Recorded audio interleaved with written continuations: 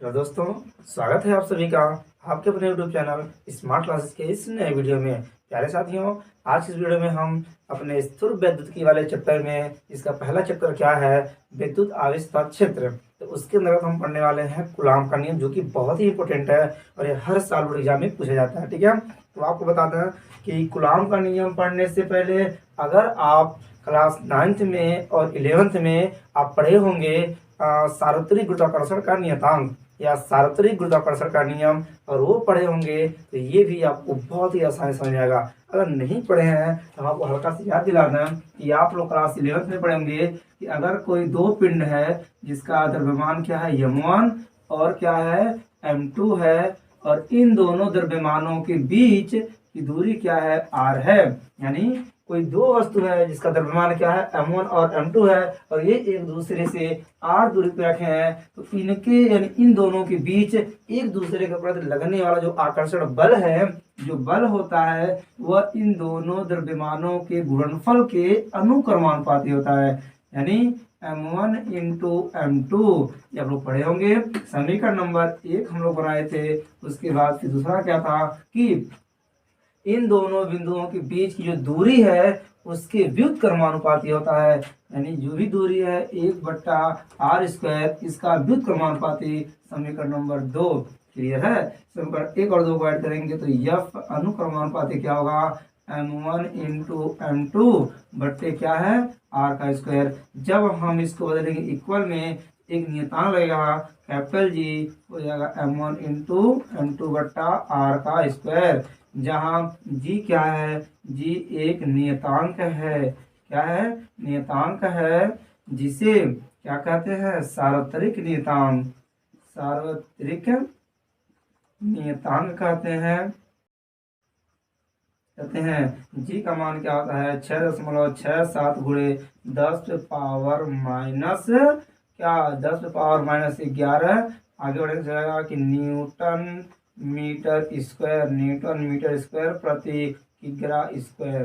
Clear है। ये नियम हम लोग पढ़े थे 11th में, 9th में पढ़ाया जाता है ये नियम। ठीक है, इस नियम को क्या बोलते हैं, बल का नियम, या यूं कह लीजिए सार्वत्रिक नियतांक यानी गुरुत्वाकर्षण का सार्वत्रिक नियम या गुरुत्वाकर्षण बल का नियम कर सकते हैं। इसमें क्या होता है, दो वस्तुओं को एक दूसरे से r दूर रखते हैं तो इन दोनों वस्तुओं के बीच आकर्षण बल लगता है, तो उस बल की अगर गणना करना हो तो हम इस फार्मूला का यूज करते हैं। यानी इनके बीच जो भी आकर्षण बल लगता है वह इन दोनों वस्तुओं के द्रव्यमानों के गुणनफल के अनुक्रमानुपाती तथा इनके बीच की दूरी की व्युत्क्रमानुपाती होता है। अब ये अनुक्रमानुपाती क्या होता है, व्युत्क्रमानुपाती क्या होता है, तो पता होगा आपको ना, समझते हैं। चलिए, अनुक्रमानुपाती उससे कहते हैं कि अगर हम इन दोनों वस्तुओं का द्रव्यमान बढ़ाएंगे तो इनके बीच लगने वाला बल भी बढ़ेगा, अगर द्रव्यमान घटाएंगे तो आकर्षण बल भी घटेगा। मतलब साफ है, अगर द्रव्यमान बढ़ाएंगे तो बल भी बढ़ेगा, द्रव्यमान घटाएंगे तो बल भी घटेगा। मतलब साथ साथ बढ़ना साथ साथ घटना, इसे हम क्या बोलते हैं, अनुक्रमानुपाती। लेकिन अगर एक को बढ़ाया जाए दूसरे को घटाया जाए तो इसको बोलते हैं व्युत्क्रमानुपाती। आपको साफ है कि अगर इन दोनों वस्तुओं को दूर हटाएंगे तो इनके बीच आकर्षण बल कम होगा, मतलब कि दूरी बढ़ेगी तो बल कम होगा, दूरी कम होगी तो बल अधिक होगा। अभी मान लीजिए, अभी किसी को थप्पड़ मारना हो और उससे करीब है तो जोरदार लगेगा, अगर दूर है लपक के मारेंगे तो धीरे से लगेगा। बात वही है, जितना ही करीब रहेंगे बल अधिक लगेगा, जितना ही दूर रहेंगे बल कम लगेगा। यानी एक अगर बढ़ रहा है दूसरा घट रहा है, इसको क्या बोलते हैं, व्युत्क्रमानुपाती। क्लियर है। अब इन समीकरणों को हम ऐड किए हैं तो इस तरह से हो गया। जब इसको इक्वल करेंगे तो नियतांक लगता है, जिसको हम क्या बोलते हैं, सार्वत्रिक नियतांक कहते हैं। एकदम इसी नियम के आधार पे हमारा लगेगा क्या, कूलाम का नियम। फटाफट हेडिंग लगाते हैं। चलिए, यानी कूलाम का नियम तो सुनिए, लेकिन ये कूलाम का नियम, ये गुरुत्वाकर्षण का नियम, इन दोनों में अंतर क्या है भाई, तो इसमें दो द्रव्यमान होते हैं, दो पिंड होते हैं, और इस वाले भाई साहब में कूलाम में जो है आवेश होते हैं। इसमें दो बिंदु आवेश होता है, यानी कोई दो बिंदु आवेश आ जाएगा। मान लीजिए एक बिंदु आवेश का है क्यों, दूसरा इसी से r दूरी पे दूसरी बिंदु भी क्यों है। इन दोनों के बीच प्लस हो या माइनस है इससे मतलब नहीं है, क्योंकि हमको पता है अगर दोनों प्लस रहेगा तब उनके अंदर प्रतिकर्षण होगा, अगर दोनों माइनस रहेगा तब भी प्रतिकर्षण होगा। अगर a प्लस 1 माइनस तब आकर्षण होगा। लेकिन इस वाले केस में जो बल का नियम होता है, इसमें सिर्फ एक ही बल होता है, वह होता है आकर्षण बल। लेकिन इसमें दोनों देखने को मिलेगा। अगर दोनों आवेश समान है, चाहे धनावेश हो चाहे ऋणावेश हो, तो उनमें क्या होगा, प्रतिकर्षण होगा। लेकिन अगर एक विपरीत हो, एक प्लस और एक माइनस, तो आकर्षण होगा। यानी इन दोनों केस में, आवेश वाले केस में हमको दोनों बल, आकर्षण और प्रतिकर्षण दोनों देखने को मिलता है। ठीक है, चलिए, तो हमने क्या कहा, ये दो आवेश बिंदु आवेश, एक Q और एक Q, यानी ये Q1 हो गया, ये हमारा Q2 हो गया। ये एक दूसरे से कितने दूर है, R दूरी पे है, यानी इनके बीच जो दूरी है वह दूरी हमारा कितना है, R है। क्लियर हो गया। हाँ, अब इन दोनों आवेशों के बीच जो लगने वाला जो बल होगा वह भी बिल्कुल इसी तरह होगा कि जिस तरह से इन दोनों पिंडों के, दोनों वस्तुओं के द्रव्यमानों के गुणनफल के अनुक्रमानुपाती होता है, वैसे ही यहाँ भी इन दोनों आवेशों के बीच लगने वाला जो भी आकर्षण या प्रतिकर्षण बल है वह इन दोनों आवेशों के गुणनफल के अनुक्रमानुपाती होता है। मतलब कि यहाँ भी आएगा F अनुक्रमानुपाती किसके, Q1 इंटू Q2 समीकरण नंबर 1, बिल्कुल उसी तरह से है। चलिए, अगला क्या होगा कि इन दोनों आवेशों के बीच लगने वाला जो भी बल है वह इन दोनों आवेशों के बीच की दूरी के वर्ग के व्युत्क्रमानुपाती, यहाँ भी वर्ग था, यहाँ भी वर्ग होगा, यानी F क्या होगा, 1/r² का व्युत्क्रमानुपाती। समीकरण नंबर क्या हो जाएगा, 2 हो जाएगा। क्लियर है, बहुत सिंपल है।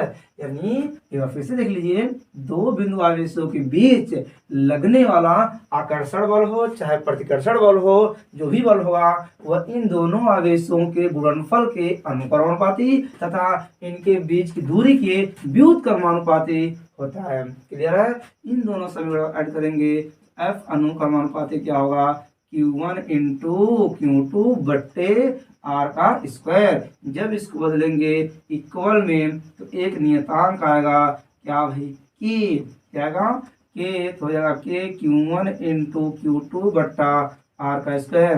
कहेंगे कि जहाँ के हमारा क्या है, एक नियतांक है जिसका मान क्या होता है, के का मान होता है 9 × 10⁻⁹, क्या होता है, के का मान न्यूटन मीटर स्क्वायर प्रति कूलम स्क्वायर। ठीक है, अब आगे की जो भी कहानी होगी वह के ऊपर होगी। के का मान किस पे डिपेंड करता है, कब अधिक होता है कब कम होता है, या इसका मान क्या है, कैसे है, सब कुछ अब इसकी आगे कहानी के होगी। ये बात समझ में आई। एक काम करते हैं, एग्जाम में कैसे लिखेंगे उसके लिए हम आपको राइट करते हैं। अभी हमने आपको सिर्फ फील करवाया है, अब देखिए इसको राइट कैसे करेंगे, ध्यान दीजिए। समझ आ गया, तो समझिए इसको राइट कैसे करेंगे।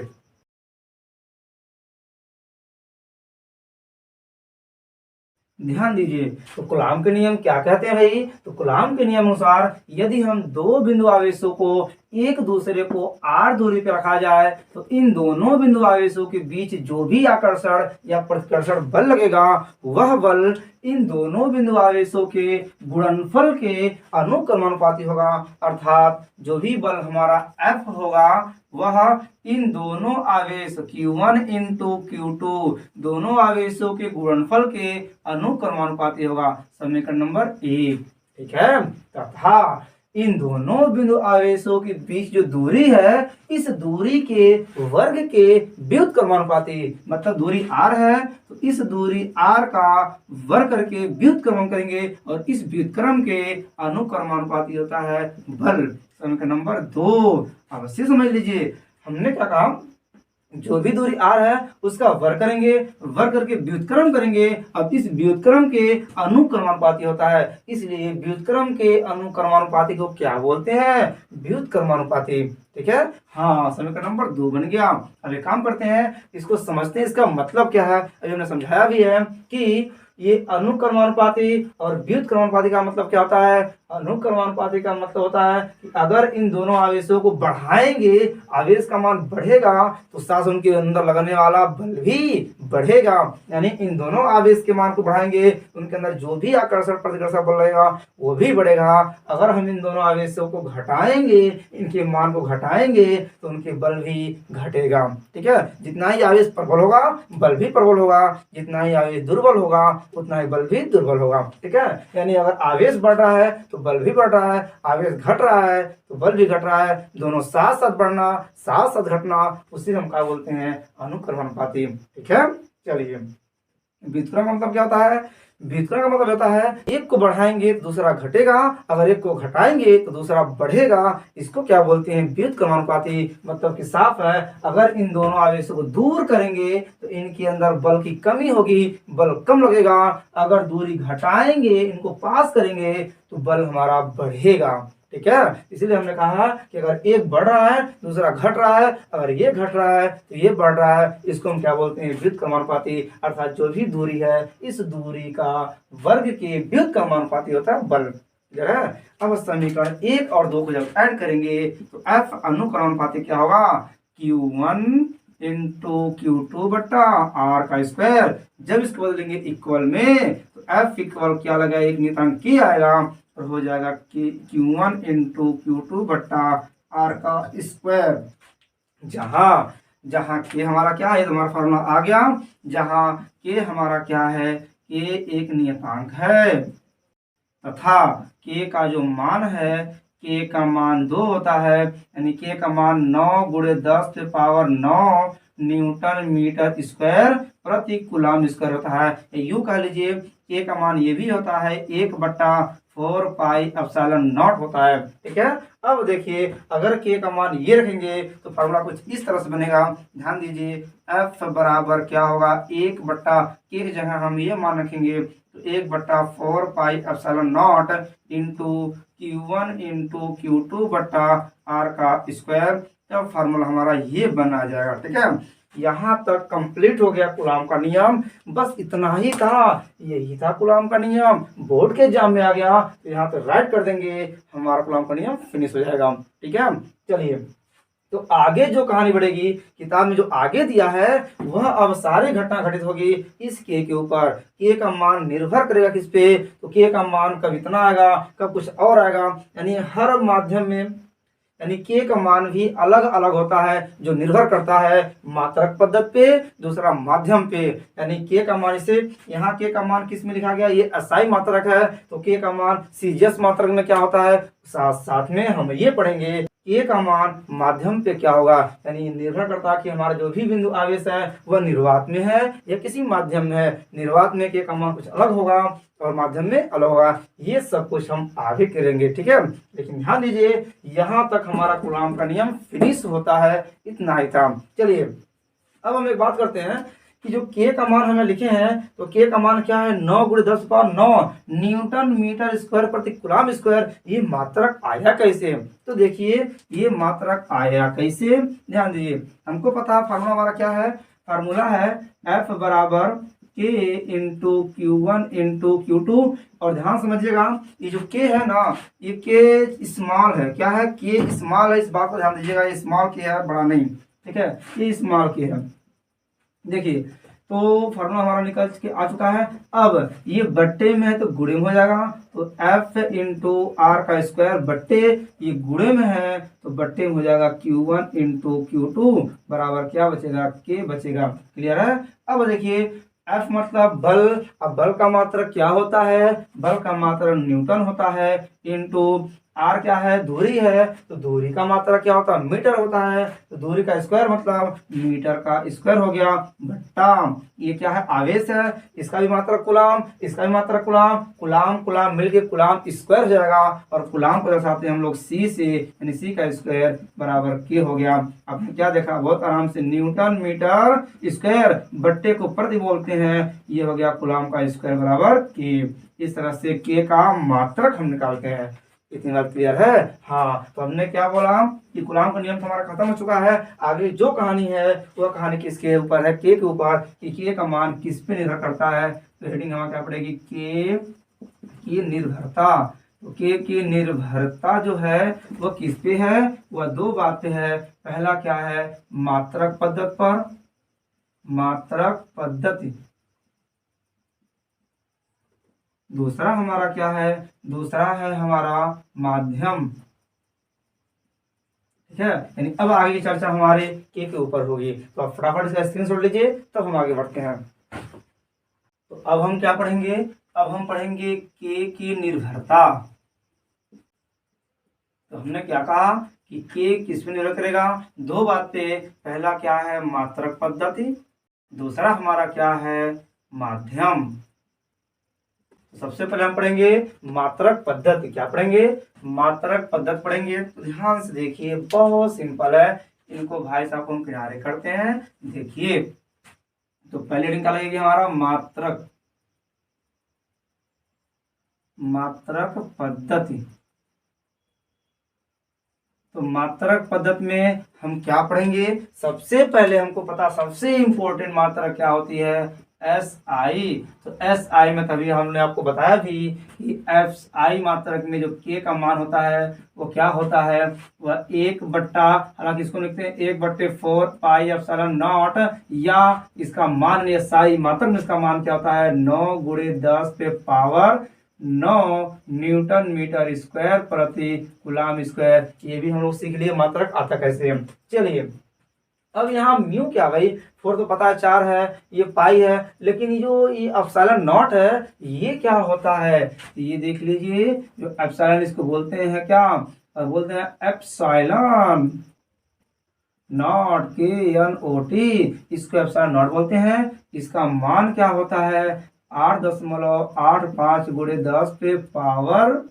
10⁻⁻12। मात्रक क्या होगा, तो मात्रक होगा कूलम स्क्वायर प्रति न्यूटन मीटर स्क्वायर। ये कैसे होगा भाई, ये मात्रक कैसे आएगा, तो आप निकाल सकते हैं। देखिए कैसे, हमको पता है कि के का मान, के बराबर होता है 1/4 पाई एप्सिलॉन नॉट होता है। अब देखिए, नॉट वहां जाएगा तो के यहाँ पे आएगा, तो जाएगा एप्सिलॉन नॉट बराबर 1/4 पाई के। चूंकि हमको पता है 4 अंक है, कांस्टेंट है, जब कोई मात्रा नहीं है तो ये हट जाएगा। एप्सिलॉन नॉट 1/के का मान हमको पता है, के का मात्रा क्या होता है, के का मात्रा होता है न्यूटन मीटर स्क्वायर प्रति कूलम स्क्वायर। कूलम कहाँ जाएगा, ऊपर जाएगा, तो एप्सिलॉन नॉट वाला क्या जाएगा, क्या कूलम का नाम कूलम स्क्वायर बट्टा न्यूटन मीटर स्क्वायर। ये यूं कह लीजिए, एप्सिलॉन नॉट बराबर कूलम का स्क्वायर प्रति न्यूटन मीटर स्क्वायर। आराम से हम लोग मात्रक को निकाल सकते हैं।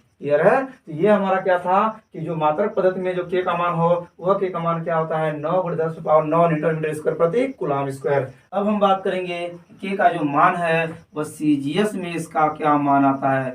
सीजीएस में इसका मान आता है, के का मान होता है सीजीएस मात्रक में 1 होता है। क्या होता है, 1। लेकिन बट हमको रटना नहीं है, हमको रटना नहीं है, हमको समझना है, रटना नहीं है। हम समझेंगे भाई, यानी के का मान सीजीएस में 1 क्यों होता है, हमको निकाल के देखना है, ऐसे हम नहीं मानेंगे। तो देखिए इसका कैसे निकालेंगे। हमको पता है के का मान, यहाँ देखते हैं कि के का मान क्या होता है, 9×10⁻9 न्यूटन मीटर स्क्वायर प्रति कूलम स्क्वायर। तो प्रति को हम कह सकते हैं कि बट्टे कूलम स्क्वायर। बात सही है। हाँ, तो ये जो मात्रक है न्यूटन मीटर और कूलम, ये तीनों मात्रक किसमें है, एसआई में है, और हमको चाहिए सीजीएस में। तो सीजीएस में इन सभी मात्रक को बदलेंगे। तो आपको हमने पहली वीडियो में हमने बताया था, पहली वीडियो हमने बता रखा है आपको कि न्यूटन का सीजीएस में क्या होता है। तो यहाँ पर साइड में लिखते हैं, देख लीजिए कि 1 न्यूटन बराबर होता है 10⁵ डाइन। क्या होता है, 10⁵ डाइन होता है। ये हमारा एसआई मात्रक, ये है सीजीएस मात्रक। तो 1 न्यूटन बराबर 10⁵ डाइन होता है। और मीटर को सीजीएस में बदलते हैं तो सेंटीमीटर में होता है। तो 1 मीटर बराबर 100 सेंटीमीटर। 100 सेंटीमीटर लिख सकते हैं क्या, 10⁻2 सेंटीमीटर। ठीक है। और जो कूलम होता है सीजीएस मात्रक में, जो कूलम का मात्रक होता है वो होता है स्टेट कूलम। और 1 कूलम बराबर कितना होता है, 3×10⁻9 स्टेट कूलम। ये सब हमने आप लोगों को पहली वीडियो में पढ़ा चुके हैं। ठीक है। चलिए, अगर नहीं देखे हैं तो उसका लिंक डिस्क्रिप्शन में दे रखे हैं, जाकर देख लीजिएगा। ठीक है। चलिए, तो हमने जान लिया कि न्यूटन मीटर कूलम किसके मात्रक है, साई मात्रक है। हमको इसको बदलना किसमें, सीजीएस मात्रक में। तो सीजीएस पद्धति में न्यूटन का मात्रक क्या होता है, डाइन, मीटर का होता है सेकेंड, और कूलम का क्या होता है, स्टेट कूलम होता है। अब सबके मान को हम रखते हैं। चलिए तो बात को आगे बढ़ाते हैं। तो बात जब आगे बढ़ेगी तो कुछ ऐसे होगा, चेंज करते हैं। के बराबर ये तो लिख दीजिए 9 गुणे 10 पे पावर 9। अब यहाँ 1 न्यूटन है, ये क्या है, 1 न्यूटन है। तो 1 न्यूटन हम क्या रखेंगे, 10 पावर 5 डाइन लिखेंगे। इसको चेंज करके लिखते हैं तो n हो जाएगा हमारा 10 पे गुणे 10 पावर 5 डाइन, ठीक है। गुणे मीटर क्या है, 1 मीटर बराबर 10 पावर 2 सेंटीमीटर, यानी 1 मीटर बराबर 10 पे पावर 2 सेंटीमीटर। पावर स्क्वायर है, हम लगाएंगे मीटर के जगह ये लिखेंगे, पावर स्क्वायर में लिख दिया, राइट। चलिए बट्टे ये हमारा क्या हो गया, सेंटीमीटर। अब करेंगे बट्टे कूलम। 1 कूलम में कितने होते हैं, 3 गुणे 10 पे पावर 9, यानी 3 गुणे 10 पे पावर 9। ये स्क्वायर है, हम भी करेंगे होल स्क्वायर। आपको आगे बढ़ाते हैं। के बराबर यहाँ देखिए हो जाएगा 9 गुणे 10 पे पावर 9 गुणे, यहाँ देखेंगे तो 10 पे पावर क्या होगा 5 गुणे 2 दूना 10 पे पावर 4 हो गया। आगे बढ़ाते हैं, ऐसा करेंगे 3 का वर्ग क्या होगा 9 होगा, गुणे 9 दूना क्या हो जाएगा 18 हो जाएगा, यानी 10 पे पावर क्या होगा 18 हो जाएगा। कितनी बात क्लियर है। आगे बढ़ाते हैं। एक मान क्या होगा, ये देखिए 9 से 9 कट गया।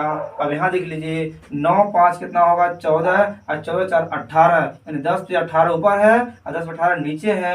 इससे ये भी कट गया, क्या बच गया, 1 बच गया, यानी के का मान क्या आ गया, 1 आ गया। यानी जब पूरा पूरा कट गया तो आंसर क्या बचता है, 1 बचता है। तो के का मान हमारा क्या आ गया, 1 आ गया।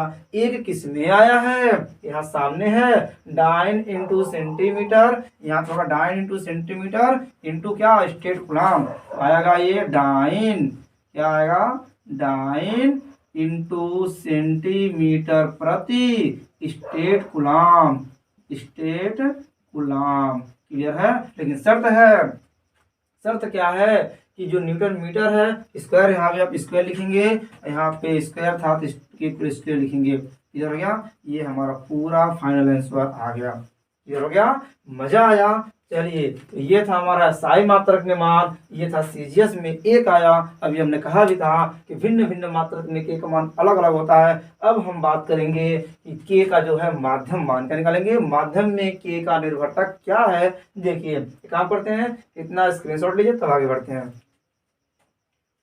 अब हम बात करते हैं कि जो के की निर्भरता है वो माध्यम पे किस प्रकार निर्भर करता है। ध्यान दीजिए, अगली हेडिंग लगेगी हमारी माध्यम, लगेगी माध्यम लगेगी। और इस माध्यम में पहली जो हेडिंग होगी वह होगी निर्वात। क्या होगी, निर्वात में क्या होगा, तो ध्यान से देखिए, निर्वात के लिए हो जाएगा एफ निर्वात। एफ निर्वात हमको पता है, बल का फॉर्मूला हमको पता चल चुका है कि बल का फॉर्मूला क्या होता है, एफ बराबर के और Q1 इंटू Q2 बट्टा आर का स्क्वायर, ये हमको पता चल चुका है। लेकिन अब इसको अगर निर्वात में अगर हम दोनों आवेशों को, जो भी दो बिंदु हमारा आवेश था Q1 और आर दूरी पे क्या था Q2 था, अगर इन दोनों बिंदु आवेशों को अगर हम किसी माध्यम में रखते हैं, निर्वात में रखते हैं, निर्वात में इनके भी जो बल लगेगा वह बल क्या होगा, एफ निर्वात इज इक्वल टू के का मान रखेंगे तो हमको पता है 4 पाई एप्सिलॉन क्या नॉट लगेगा, और ये हो जाएगा क्या Q1 इंटू Q2 बट्टा आर स्क्वायर। जहां बात क्या होती है एप्सिलॉन नॉट की, ध्यान समझिएगा, इसको रेट लिखते हैं एप्सिलॉन नॉट। एप्सिलॉन नॉट क्या है, इसको बोलते हैं निर्वात, निर्वात की वैद्युतशीलता। क्या बोलते हैं, निर्वात की वैद्युतशीलता बोलते हैं। ठीक है, अब ये हो जाएगा समीकरण नंबर 1। अब हम बात करते हैं माध्यम में। अब बात करते हैं हम लोग माध्यम में, ध्यान से देखिए, ये निर्वात में हो गया, दूसरा माध्यम में। तो माध्यम में इसकी कहानी क्या होगी, तो माध्यम में होगा एफ माध्यम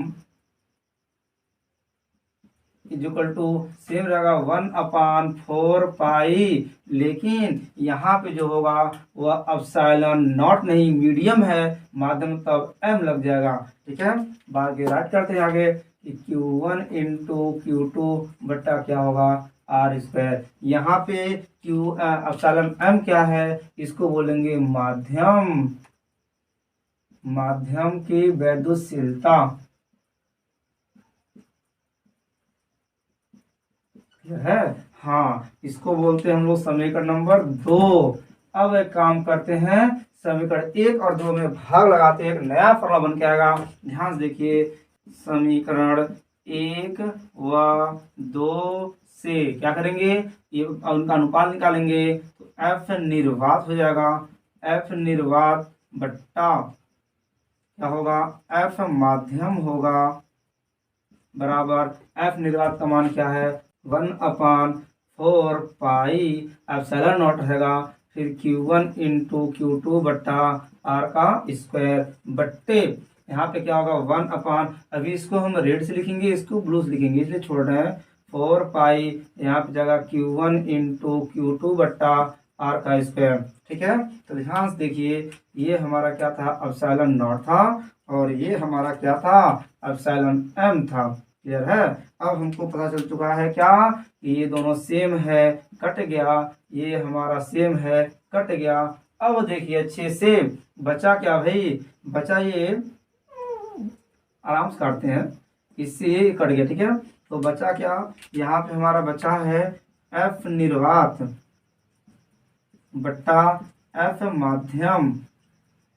ठीक है, बराबर क्या बचा यहाँ पे बच रहा है, आपको दिख रहा होगा कि यहाँ बचा है 1/एप्सिलॉन नॉट, और नीचे क्या बचा है, 1/एप्सिलॉन एम बचा है। ये कहाँ जाएगा, ऊपर जाएगा, तो हो जाएगा हमारा क्या, आगे लिखते हैं, तो आगे हो जाएगा, ये ऊपर जाएगा तो एप्सिलॉन एम बट्टा क्या हो जाएगा, एप्सिलॉन नॉट हो जाएगा। क्लियर है। अब आपको एक हम अमेजिंग फैक्ट बताते हैं कि ये क्या है, ये है माध्यम में वैद्युतशीलता, ये क्या है, निर्वात में वैद्युतशीलता, और इन दोनों के अनुपात को हम क्या बोलते हैं, आपेक्षिक वैद्युतशीलता। क्या बोलते हैं, इन दोनों के अनुपात को हम बोलते हैं एप्सिलॉन आर बोलते हैं। इसे बोलते हैं क्या, आपेक्षिक, क्या बोलते हैं, आपेक्षिक वैद्युतशीलता।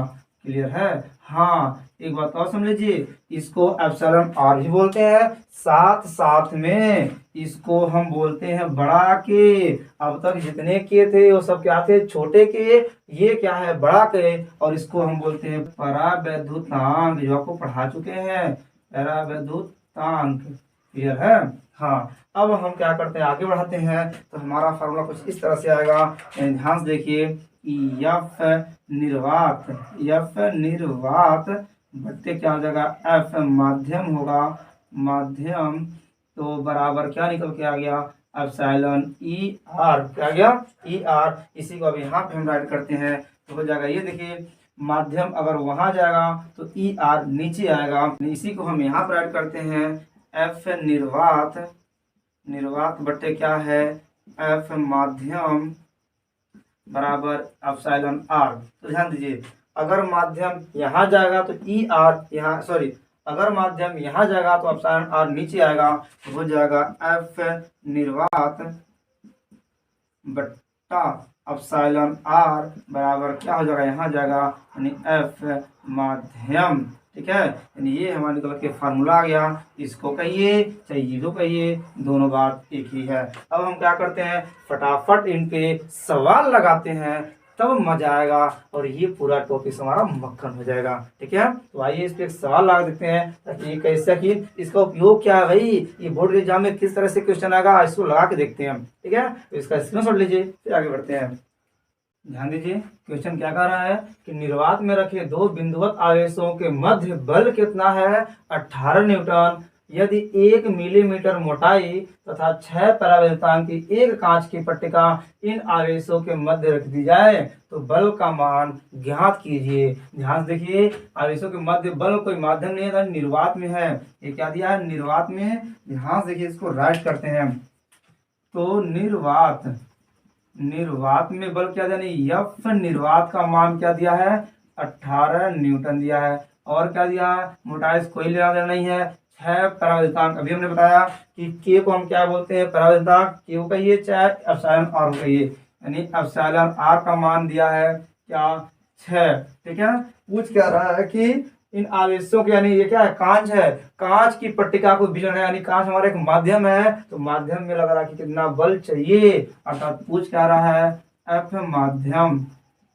ठीक है, तो एफ माध्यम को निकालना है। तो अभी अभी हमने आपको बताया कि फार्मूला यहाँ पे है, इसको लगाइए, इसको लगाइए, बात एक ही है। तो यहाँ हमको ये लगाते हैं, माध्यम का माप चाहिए, तो ध्यान से देखिए ये हमारा माध्यम है, तो एफ माध्यम का फार्मूला क्या होता है, एफ निर्वात, क्या होता है, एफ निर्वात बट्टा क्या है, एप्सिलॉन आर। क्लियर है, फटाफट मान रखिए। तो एफ निर्वात का मान कितना है, एफ निर्वात का मान 18 न्यूटन और एप्सिलॉन आर का मान क्या है 6 है, काटेंगे 6 तरीके आ गया 18, 3 न्यूटन आ गया उस कांच की पट्टिका पे लगने वाला बल। ठीक है भाई, तो आपने इस तरह से क्वेश्चन को भी सॉल्व कर लिया। हमको सिर्फ थ्योरी नहीं पढ़नी है, हमको बुक्स के अंदर आने वाले सभी क्वेश्चन को, बोर्ड के एग्जाम में वाला सभी न्यूमेरिकल को भी लगाना है, सीखना है कि न्यूमेरिकल कैसे लगाते हैं। और हम जितने भी हेडिंग्स पढ़ाएंगे, जितने भी टॉपिक्स पढ़ाएंगे, उसके साथ साथ आपको हम न्यूमेरिकल भी कराते चलेंगे, क्योंकि बहुत सारे बच्चों की प्रॉब्लम होती है कि सर न्यूमेरिकल नहीं लग पाता है, नहीं समझ पाते हैं हम कौन सा फॉर्मूला यहाँ पे यूज होगा। यहाँ पर आप देख लीजिए क्या दिया था कि निर्वात में रखे दो बिंदुवत आवेशों के मध्य बल, कौन सा बल है ये, निर्वात में रखा गया है, तो निर्वात में बल हमारा 18 न्यूटन दिया है, साथ साथ में मोटाई इसके लिए जाना है नहीं, क्या दिया है 6 पैरावैद्युतांक।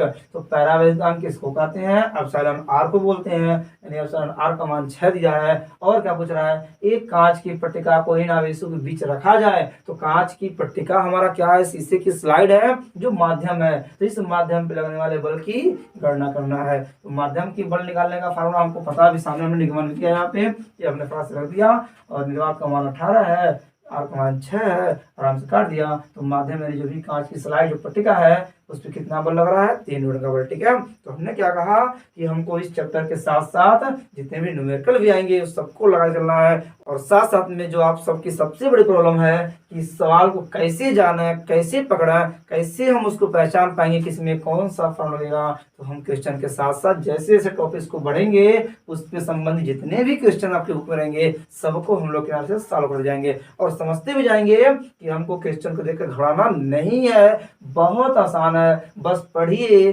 समझिए, फेल करिए। अगर फेल करेंगे तो आप सभी क्वेश्चन को बहुत आराम से, बहुत इजीली से सॉल्व कर लेंगे। ठीक है, तो वीडियो काफी लंबा हो रहा है, आज इतना ही। इन्हीं शब्दों के साथ वीडियो को हम स्टॉप करते हैं। कल हम पढ़ेंगे कि कूलॉम बल का सदिश निरूपण, जो हमारे अगली वीडियो होगी। ठीक है, तो ये वीडियो आप लोगों को कैसी लगी हमें कमेंट्स करके जरूर बताइएगा, और वीडियो को लाइक करना, शेयर करना बिल्कुल मत भूलेगा। और यदि आप इस चैनल पर नए हैं तो प्लीज़ चैनल को सब्सक्राइब करने के साथ साथ बगल में जो घंटे का निशान है उसको क्लिक दबाएगा, ताकि जैसे ही हम इसकी अगली वीडियो अपलोड करेंगे, इसका अगला पार्ट अपलोड करेंगे, उसका नोटिफिकेशन आप तक तुरंत पहुंचेगा और आप वीडियो में वंचित नहीं रहेंगे। ठीक है, मुझे पता है इस वीडियो से आप लोग कुछ ना कुछ जरूर सीखे होंगे, बेहतर सीखे होंगे, तो आप वीडियो को लाइक जरूर कीजिएगा। ठीक है, फिर हम मिलेंगे नई उमंग, नई तरह के साथ अगले वीडियो में। तब तक के लिए जय हिंद, जय भारत।